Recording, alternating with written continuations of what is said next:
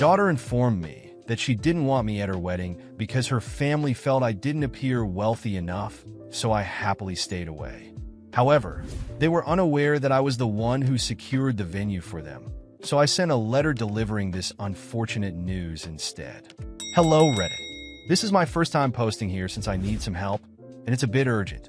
This matter is too personal to share with my friends, so I'm posting it here.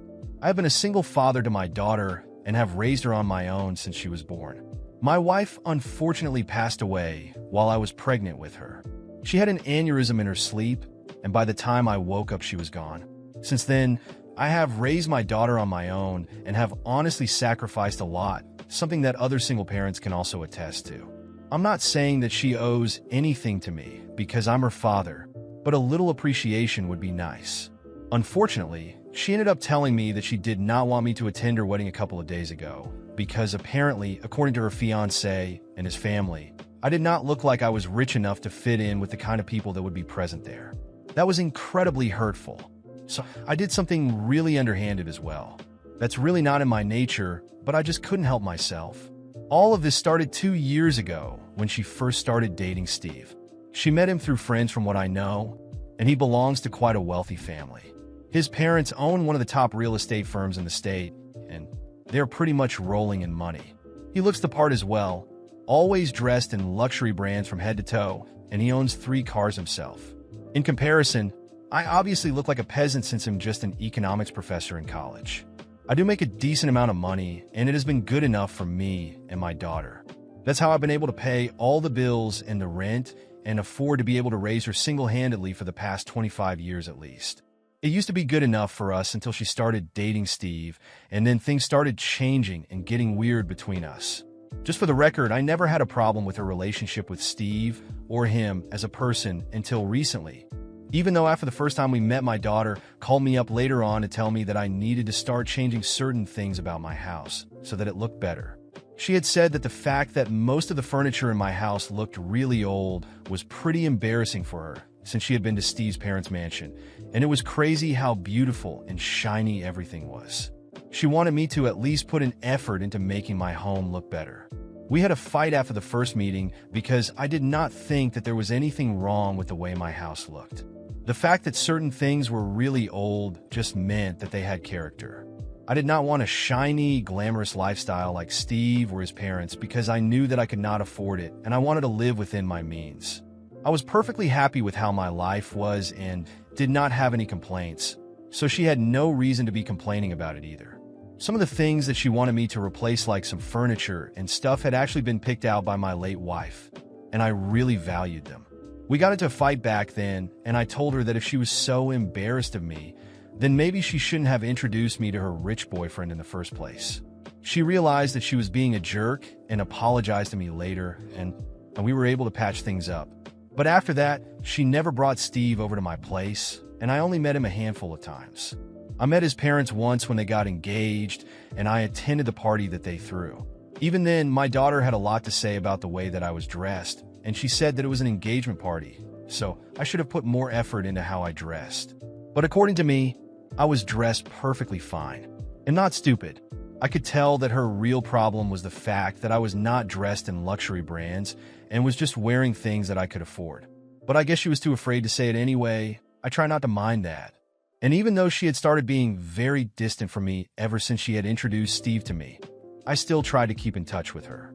But then 3 days ago, she visited me and told me that after Steve and his parents had met me at the engagement party, they did not think that I would fit in with the crowd that would be present at their wedding, since it would be mostly their friends and other business associates who worked with his parents, but none of her family members.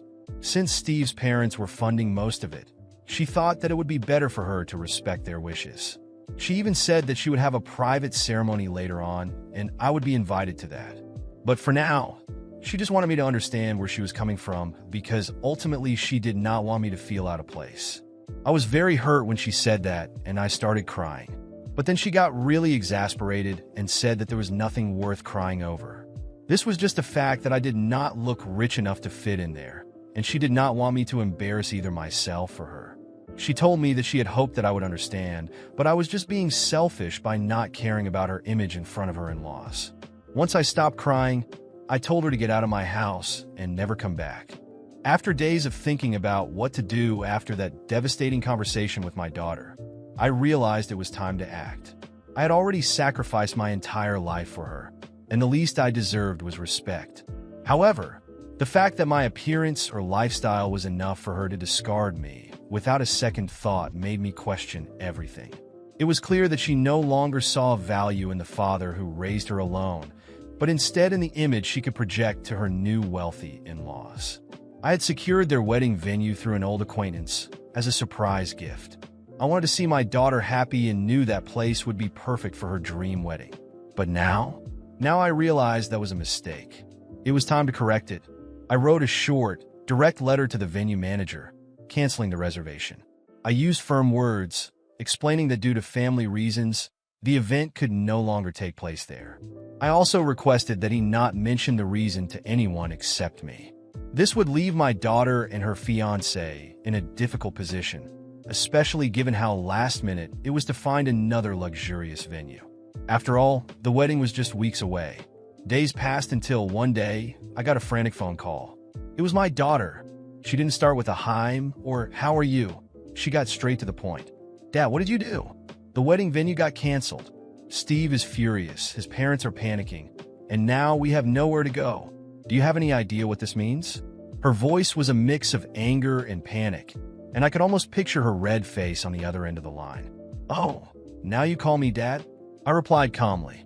"I thought I wasn't good enough to be at the wedding, but apparently I'm good enough to fix your problems when things go wrong."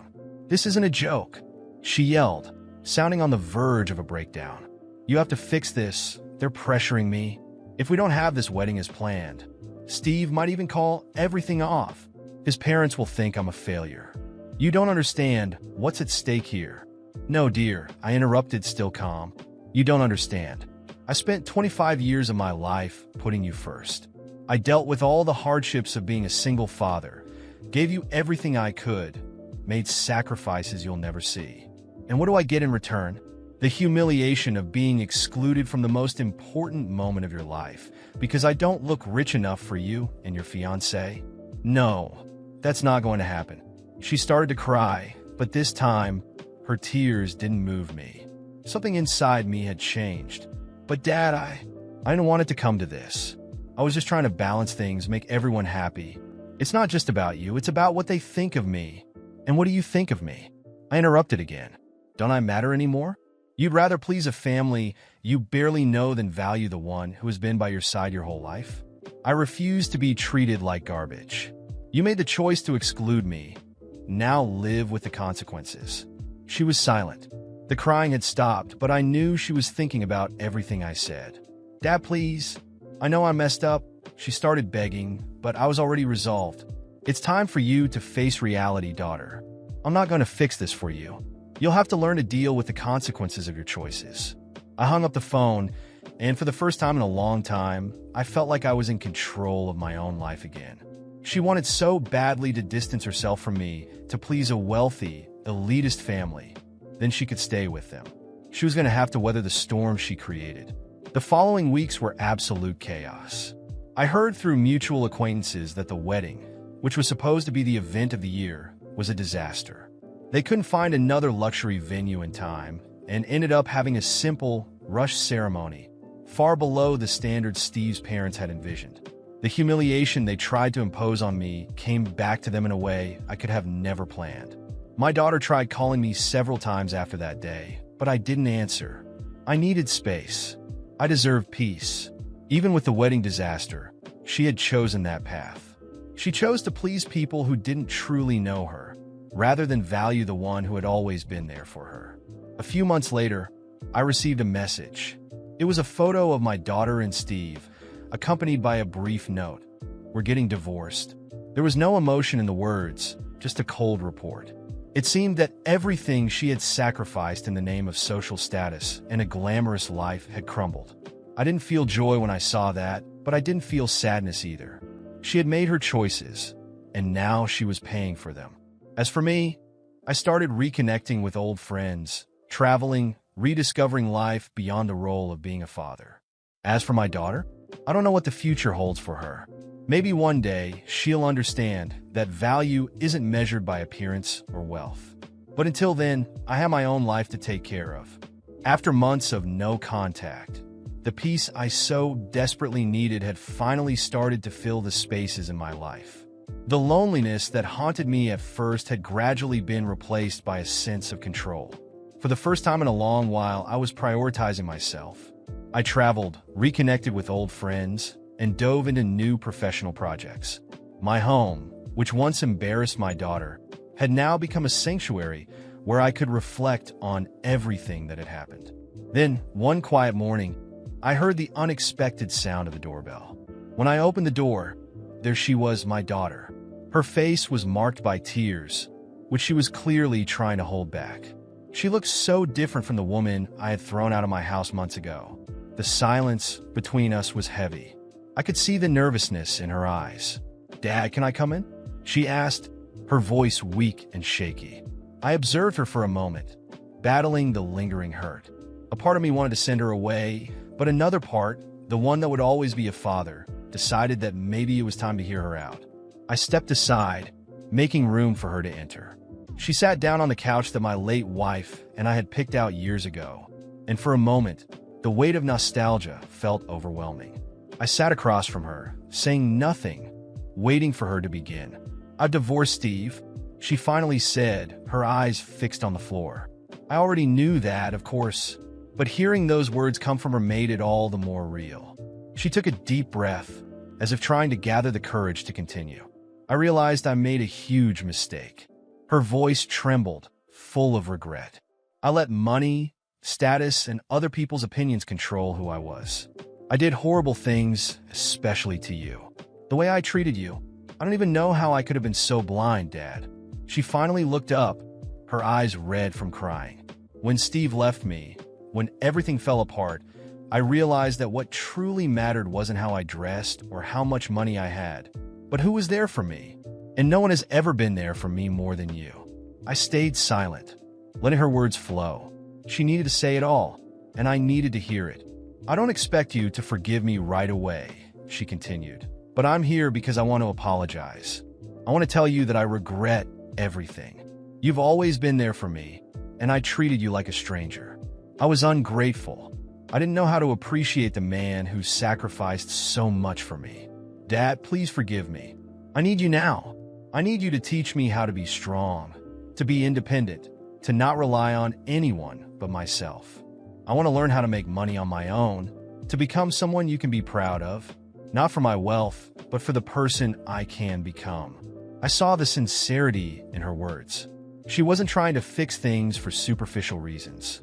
She was genuine, and that touched something deep inside me. The hurt was still there, alive, but my love for her, the same love that made me raise her alone all these years, was stronger. "I forgive you," I said after a long pause. She sighed, as if a mountain had been lifted off her shoulders. "But know that forgiveness doesn't erase the pain you caused. We'll have to work on that. Now, as for teaching you about money, business, and independence, I can do that. But you have to be ready to learn that life is more than wealth and status. It's about doing things with integrity and knowing how to value the people who stand by your side, no matter the situation." She nodded, her eyes shining with gratitude. Over the next few weeks, we started reconnecting, slowly rebuilding the relationship she had nearly destroyed. I taught her everything I knew about finances, investments, and business. I showed her how to manage money smartly, live within her means, and, most importantly, how to build a solid and stable life without depending on others. She followed my advice, and soon she opened her own small business. It wasn't anything grand at first, but it was hers, and she built it with dedication and humility. I could see she was changing, finally letting go of the illusion that money and status were everything. Today, things are better than I could have imagined. My daughter and I have reconnected, and now she not only respects me as her father, but also as her mentor. She realized that true friends are your parents, the ones who support you even when the rest of the world turns its back on you. "Thank you, Dad," she said one day with a genuine smile. "If I've learned anything, it's that money comes and goes, but family is what really matters. And I'll never forget that again." Seeing my daughter grow, not just as a person but also as a professional, was the greatest reward I could have asked for. She finally understood that it's not money that defines who we are, but strength of character, and I couldn't be more proud. After teaching my daughter everything I could and watching her grow both as a person and a professional, I knew it was time to let her follow her own path. It was her time to shine. Over time, she truly became a self-made woman, independent, and most importantly, no longer seeking to impress anyone. She built her own business from the ground up, something she could be proud of, free from the need to rely on others or the pressure to conform to others' expectations. Months turned into years, and I watched from a distance as she embarked on her journey of maturity. My daughter not only achieved financial independence, but also emotional strength. She stopped trying to please people who didn't matter and began to focus on what truly made sense in her life, her own happiness and fulfillment. Then, one day, she came to my house looking a bit nervous but with a different light in her eyes. It was the kind of happiness that comes when you truly find peace within yourself. She told me she was in a serious relationship. At first, I was cautious, remembering everything that happened with Steve, but she quickly reassured me. This time, it was different. "Dad, I want to introduce you to someone," she said, smiling. "His name is Marcos. He's successful, but more importantly, he's a good person. And his family, they're amazing. They're humble, respectful, and from the beginning, they've only wanted to support me. They don't care about status. They care about who I am as a person." When I finally met Marcos, I was impressed. He was indeed successful, but what struck me most was his humility and kindness.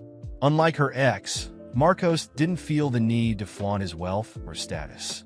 He valued simple things and, most importantly, my daughter's happiness. When I met his parents, I felt the same. They were warm, genuine, and down-to-earth people without any pretensions or judgments. They added so much to my daughter's life in ways I couldn't have imagined. At last, she had found the balance she had always sought, and I couldn't have been happier for her. Seeing my daughter smile again, truly and deeply, was the best gift I could have received. The weight that had once burdened her was gone.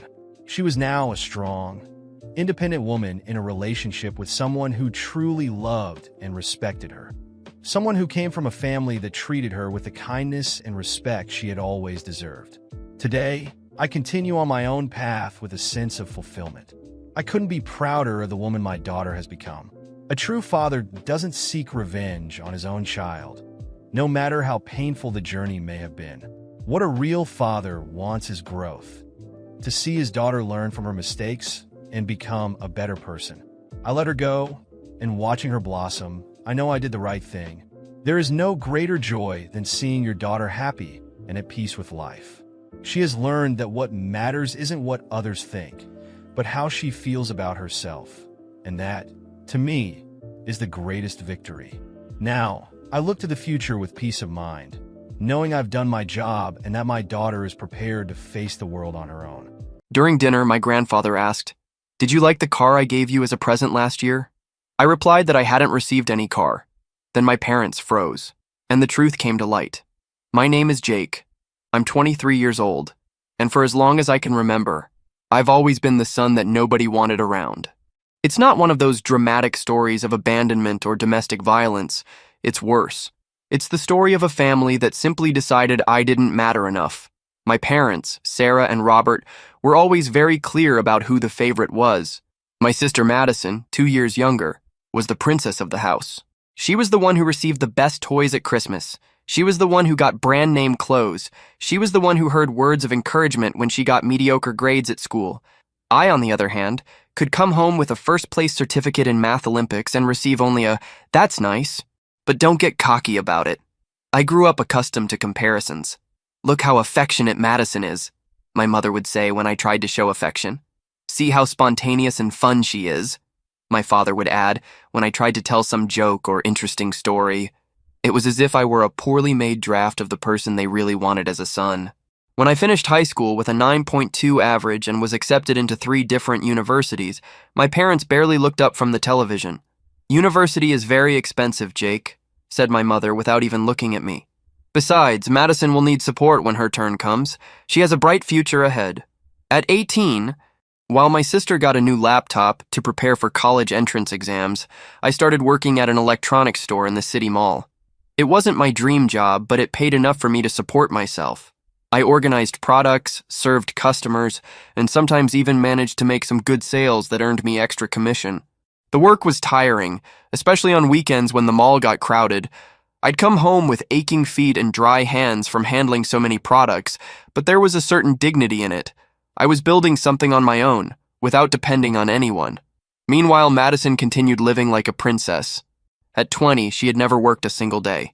She spent afternoons at the gym, went out with friends for lunch at expensive restaurants, and always had money to buy whatever she wanted. My parents justified it by saying she was preparing for the job market, and that she was still too young to worry about these things. What intrigued me was where all that money came from. My father worked as an accountant at a small company, and my mother gave private English lessons a few times a week. It didn't seem enough to afford the lifestyle they led, especially considering all of Madison's expenses. The answer came when I was 19. My paternal grandfather William called to talk to me. He had always been different from my parents. When I was a child, he would take me fishing at the river that ran near his house, teach me to fix bicycles in his garage, and always listen to me attentively when I talked about my dreams and plans. "Jake, my boy," he said in that call, "I'm moving to Portugal. I got a good job opportunity there, and I think it'll be good for me to start over." I was sad, but I understood. He had been widowed 2 years ago and maybe really needed a change of scenery. "But don't worry," he continued. "I'll always take care of the family from there. Every month I'll send money to help you all. I want you to be able to study, to have the opportunities you deserve." After he moved, things at home visibly improved. My parents stopped complaining so much about bills. Madison started showing up in even more expensive clothes, and they even renovated the kitchen. When I asked about Grandpa William's money, my mother said he sent an amount every month to help with general household expenses. I didn't question much. After all, I had my job and could manage on my own. But sometimes I wondered if part of that money shouldn't be directed toward me, since Grandpa had specifically mentioned my studies. Contact with my grandfather became sporadic. He would call from time to time, always asking how I was, if I was managing to study, if I needed anything. I always said everything was fine, that I was working and managing on my own. He seemed proud, but also worried.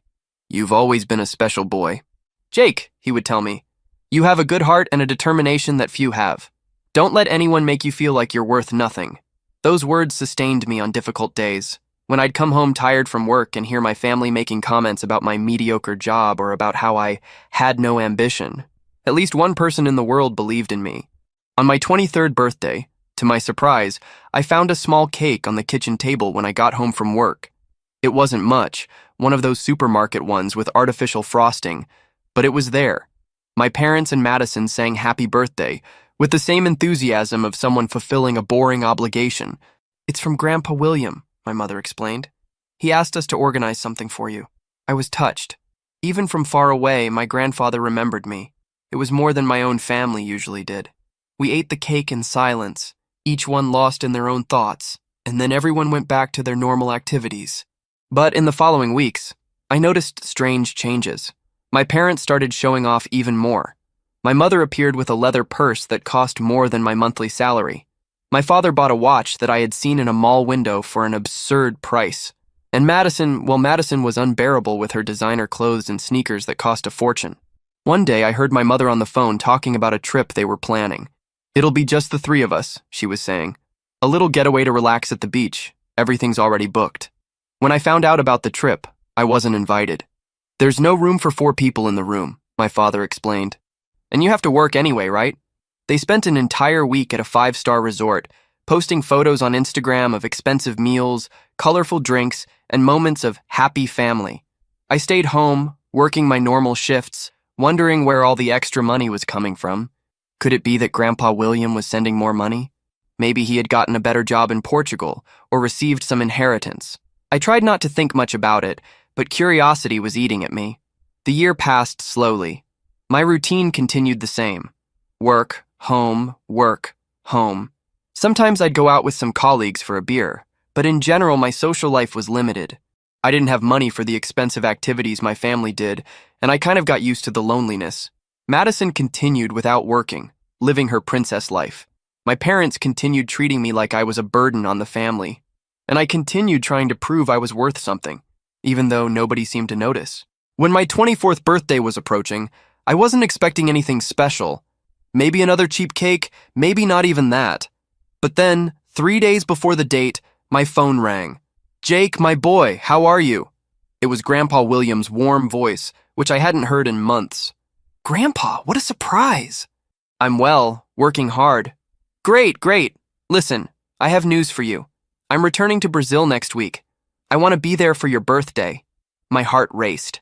I hadn't seen my grandfather in 3 years, and now he was coming back especially for me? "We'll have dinner at the best restaurant in town," he continued. "Invite your parents and Madison. It'll be a family celebration." I hung up the phone with a smile that hadn't appeared on my face in a long time. Finally, someone who really cared about me would be here. I could barely wait to see Grandpa William again. When I told my family about the visit, the reaction was strange. My parents exchanged nervous glances, and Madison was quieter than usual. "That's good," said my mother, but her voice sounded forced.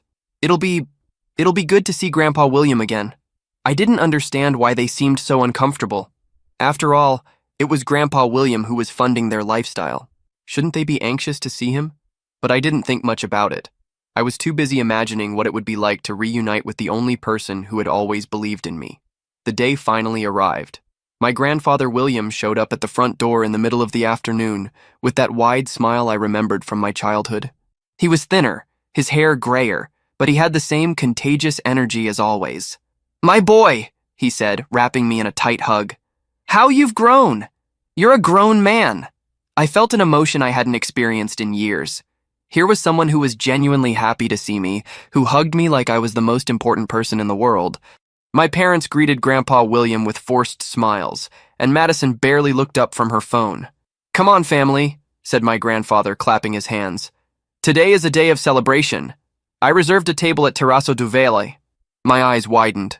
Terraço do Vale was the fanciest restaurant in town, the kind of place where dishes cost more than I earned in a day of work.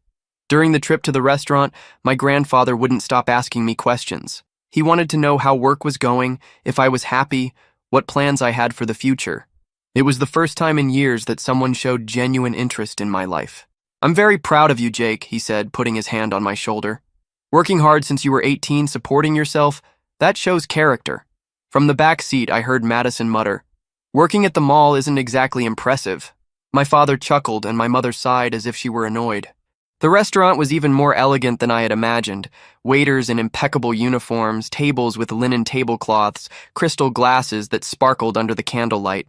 I felt out of place in my simple shirt and jeans, but my grandfather reassured me. "You look perfect, my boy. True elegance comes from within." The dinner was a surreal experience. The food was incredible, each dish a work of art. My grandfather ordered expensive wine and made sure to include me in all the toasts. For the first time in my life, I felt truly celebrated. But my family was acting strange. My parents spoke little and always seemed nervous when my grandfather asked me any questions. Madison was on her phone the whole time, clearly bored. When they tried to talk, they always ended up making derogatory comments about me. "Another year at the mall, right, Jake?" said Madison with that tone of superiority I knew well. "When are you going to get a real job?" My mother laughed. "Yeah. At your age, you should have more ambition." I felt my face heat up with anger and shame, but my grandfather immediately came to my defense. "Ambition? This boy has been working since he was 18. While others his age are spending their parents' money, he's building his independence. That's much more than ambition. It's dignity." The awkwardness at the table was palpable. My parents lowered their eyes, and Madison finally put away her phone. Dessert arrived, a delicious tiramisu that cost more than my lunch for a week.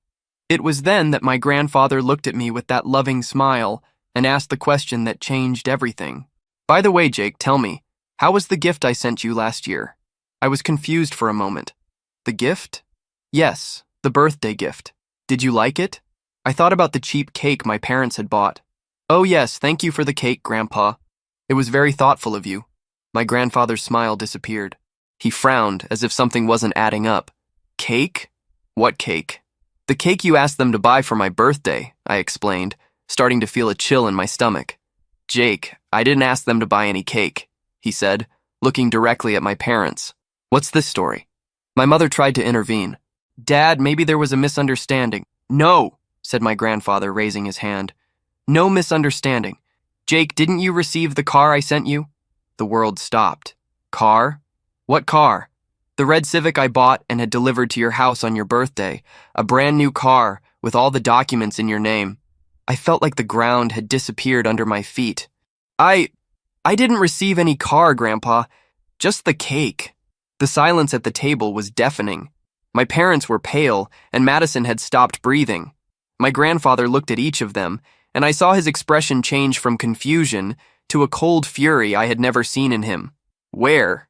He said, pronouncing each word with dangerous calm. Is the car I bought for my grandson?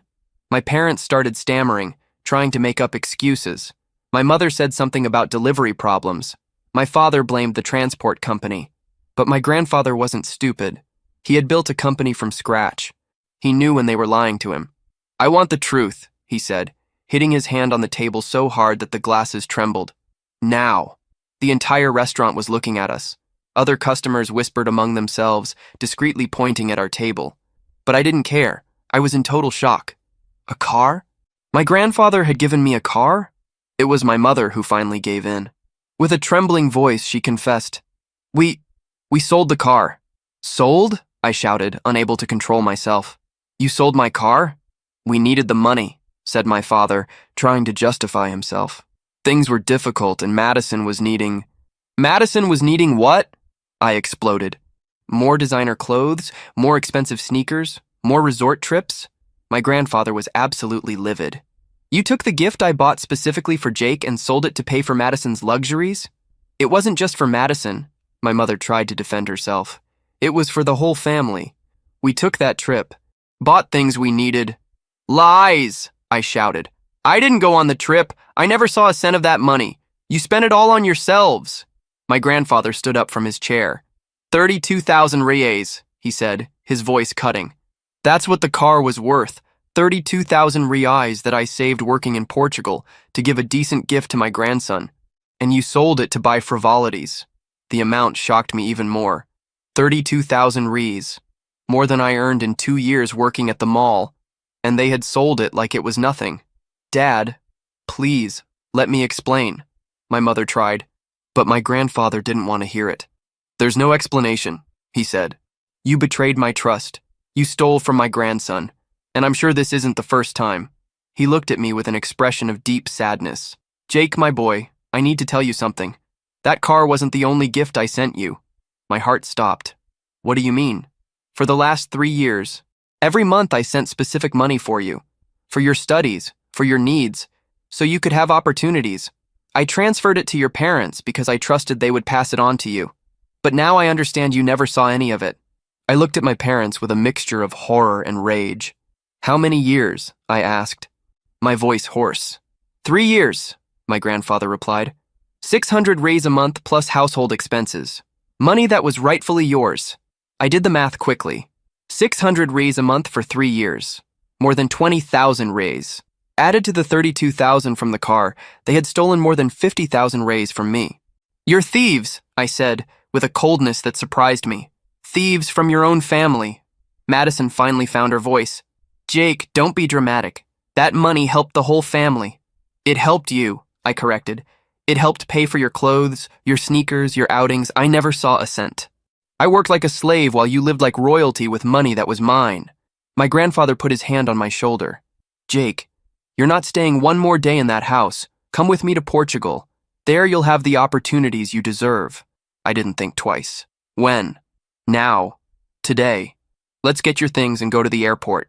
My parents panicked. Dad, you can't be serious, said my mother. He's our son. Son? My grandfather laughed bitterly. You treated this boy like a stranger his whole life. You humiliated him, robbed him, despised him, and now you want to talk about being a son? He turned to me. The decision is yours, Jake. You can stay here and continue being treated like garbage, or you can come with me and have the life you always deserved. I looked at my family. My parents were desperate, but not out of love. They were afraid of losing the money my grandfather sent. Madison seemed in shock, finally understanding, that her princess life might be coming to an end. "I'm going," I said, standing up from the table. "I have nothing left here." My grandfather smiled for the first time since the truth had been revealed. "Then let's go, my boy. Your new life starts now." When we left the restaurant, leaving my family at the table with the bill to pay, I felt a relief I hadn't experienced in years. Finally, someone had seen the truth. Finally, I had a chance to be valued. "Grandpa," I said as we walked to the car, "thank you for believing in me." "I always believed," he replied, "and now you're going to see what it's like to have a real family." The trip to Portugal was like a dream. My grandfather had bought first-class tickets, and for the first time in my life, I felt truly cared for. During the flight, he told me about the new life that awaited me. "I have a consulting company in Lisbon," he explained. "I started small, but it's grown a lot in recent years. You're going to work with me, learn the business. You have a talent for this. You always did." When we arrived in Lisbon, I was impressed by his house. It was a mansion in an upscale neighborhood with impeccable gardens and a stunning view of the city. But what caught my attention most was the garage. "Choose one," he said, pointing to a row of sports cars. "The one that was yours is no longer there. But any of these can be yours." There was a metallic blue BMW, a gleaming black Audi, and in the corner, a red Porsche that left me breathless. "That one," I said, pointing to the Porsche. "Good choice," my grandfather laughed. "You have good taste." In the first days, I still couldn't believe the change. I had a room bigger than my parents' living room, a closet full of clothes my grandfather had ordered, and most importantly, I had respect. My grandfather consulted me about company decisions, valued my opinions, treated me as an equal. The work at the consulting firm was challenging, but rewarding. I dealt with important clients, made complex analyses, and felt that I was finally using my potential. My salary was 10 times higher than what I earned at the mall, and for the first time in my life, I had money to do whatever I wanted. But the most important thing was the sense of belonging. My grandfather introduced me to friends as my grandson, the future of the company. He was proud of me, and that made all the difference. During the first months, my phone rang constantly. They were calls from Brazil, from my parents, and Madison. I ignored them all. I had nothing to talk about with them. They had robbed me, humiliated me, treated me like trash for years. Now that they no longer had my grandfather's money, they wanted to talk. My grandfather told me he had cut off all financial support the day after our departure. "They made their bed," he said. "Now let them sleep in it." 6 months later, curiosity finally won. One night, after a particularly good day at work, I decided to answer one of the calls. It was my mother. "Jake, thank God, are you okay?" "We were worried." I almost laughed. "Worried? What do you want?" "We want to talk, son. You're our family, we miss you here." "Family." I repeated the word like it was poisonous. "Where was that family when I needed it? Where was it when you sold my car to pay for Madison's princess life?" "Jake, please let me explain. We're going through difficulties. Without your grandfather's money, things got very difficult. They're going to evict us next week." Now I really laughed. "And what does that have to do with me?" "You're our son. You have an obligation to help us." "Obligation? What obligation do I have to you? You treated me like trash my whole life. Now you want me to be the good son who helps the family?" I heard my mother start to cry. "Please, Jake, we know we made mistakes, but we're your family. You can't leave us on the street."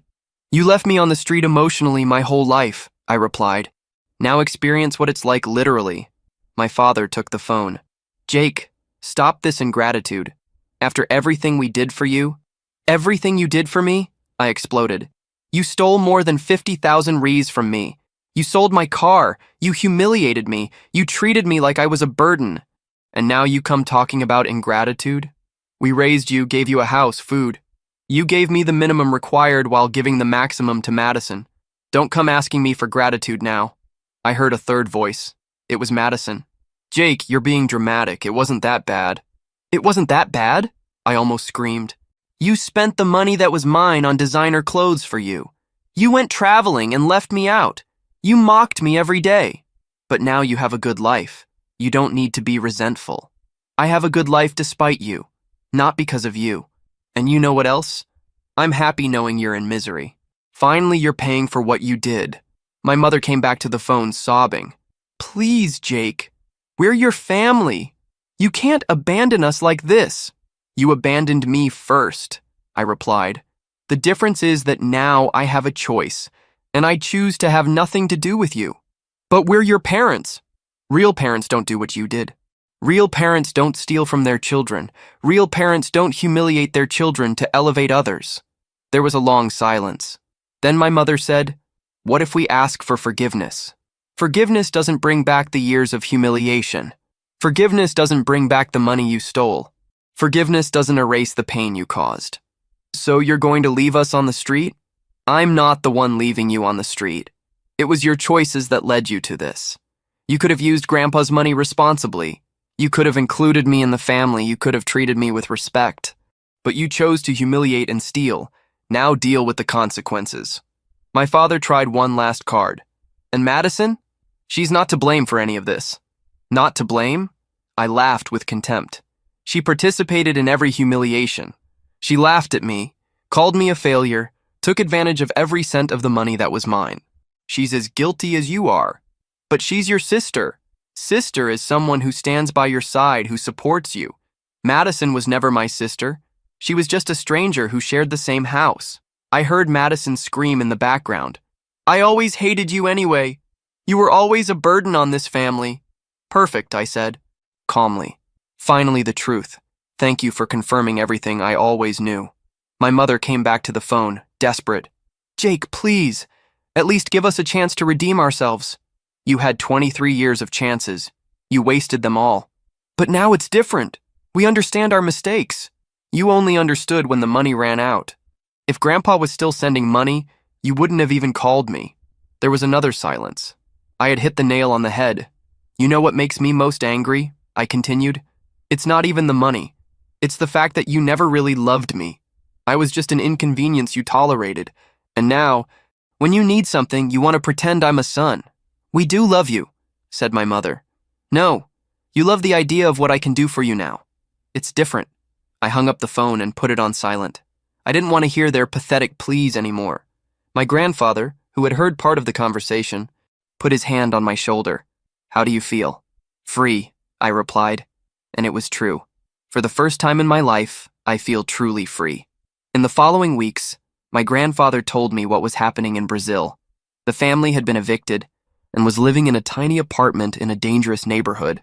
My father had gotten a job at a factory earning minimum wage. My mother was cleaning houses to supplement the income.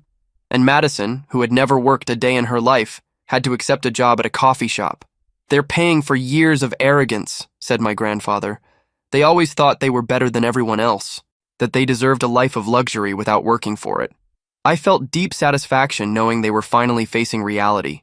It wasn't revenge, it was justice. My new life in Portugal prospered more each day. My grandfather taught me everything about the business, and I discovered I had a natural talent for it. Within a year, I was already managing important accounts and contributing significantly to the company's success. I met incredible people, made true friends, even started dating a colleague from the company, Sophia, who treated me with the respect and affection I had never experienced before. You're a special person. Jake, she would tell me, you have an inner strength that's admirable. Sometimes I would tell her about my childhood, about how my family treated me. She would be horrified. How can parents treat a child like that? It's incomprehensible. Because they never saw me as a real son, I would explain. I was just an accident they tolerated. 2 years after my departure, my phone rang again. It was a number I didn't recognize, but when I answered, I heard my mother's voice. Jake, it's me. Please don't hang up. How did you get this number? I asked an investigator to find you. Jake, please, I need to tell you something important. Against my better judgment, I listened.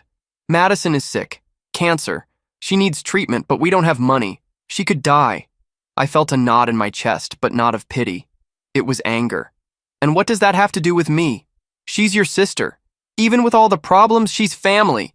No, she's not. She chose not to be when she spent years humiliating me. Jake, please, she's sorry. She wants to talk to you. I'm not interested. How can you be so cold? It's a matter of life and death. She had a whole lifetime to treat me like a brother. She chose not to do that. Now in the hour of need, she wants me to forget everything. But she's family. Family is someone who's by your side in good times and bad. Family is someone who supports you, loves you, respects you. You were never my family. You were just people who shared the same house with me. I heard sobs from the other side of the line. Jake, I know we made mistakes. We all made mistakes. But please don't let your sister die. She's not my sister, I repeated. And even if she were, you taught me that family doesn't help family. After all, when I needed help, where were you? I hung up the phone and never answered calls from that country again. 3 years passed. My life in Portugal was perfect. I had married Sophia, we bought a beautiful house in the center of Lisbon, and I had become a partner in my grandfather's company. We were rich, respected, happy. On a quiet Sunday, my grandfather called me to talk. Jake, I have something to tell you. I received a call from Brazil yesterday. My stomach contracted. About what? Madison died last week. Cancer. I felt nothing. Neither sadness nor relief. Just a neutral emptiness. How are they? Destroyed. Your father had a heart attack after the funeral and is in the hospital. Your mother is alone with no money for anything. I was silent for a long time. Do you feel anything? Asked my grandfather. No, I replied honestly. Should I? There's no right or wrong here, Jake. They made choices. You made yours. They could have had a good life if they had treated me like family. They could have used the money you sent wisely. They could have created an environment of love at home. But they chose the path of humiliation and favoritism. My grandfather nodded. And now they're paying the price. I don't feel sorry, I said. I feel that justice was finally done. That night, I told Sophia everything. She hugged me tight. You did the right thing, she said. Family isn't who shares DNA with you. Family is who loves you, respects you, stands by your side. Your grandfather is your family. I am your family. She was right. I looked around, my beautiful house, my wonderful wife, my grandfather who loved me unconditionally, my prosperous company, and I realized I had found my true family, people who valued me, who believed in me, who treated me with respect and affection. That's what family really meant. My mother tried to contact me a few more times over the years, always with some new tragedy, always asking for help. I never responded. I had closed that chapter of my life forever. Today, at 28, I am a fulfilled man. I have a prosperous company, a family that loves me, true friends. I learned that sometimes to find happiness, you need to have the courage to leave behind toxic people, even if they share your blood. My grandfather William saved me, not just financially, but emotionally. He showed me what it's like to be truly loved, what it's like to have someone proud of you, what it's like to be part of a real family. And as for my biological family, well, they reaped exactly what they sowed. For years, they sowed contempt, humiliation, and selfishness. It was natural that they would reap loneliness, poverty, and regret. I feel no remorse. I feel gratitude for having had the strength to get out of that toxic situation and build a life based on true love and mutual respect. Sometimes the best thing you can do for yourself is have the courage to abandon those who don't deserve you, even if they're family. Because true family is choice, not obligation. And I chose well.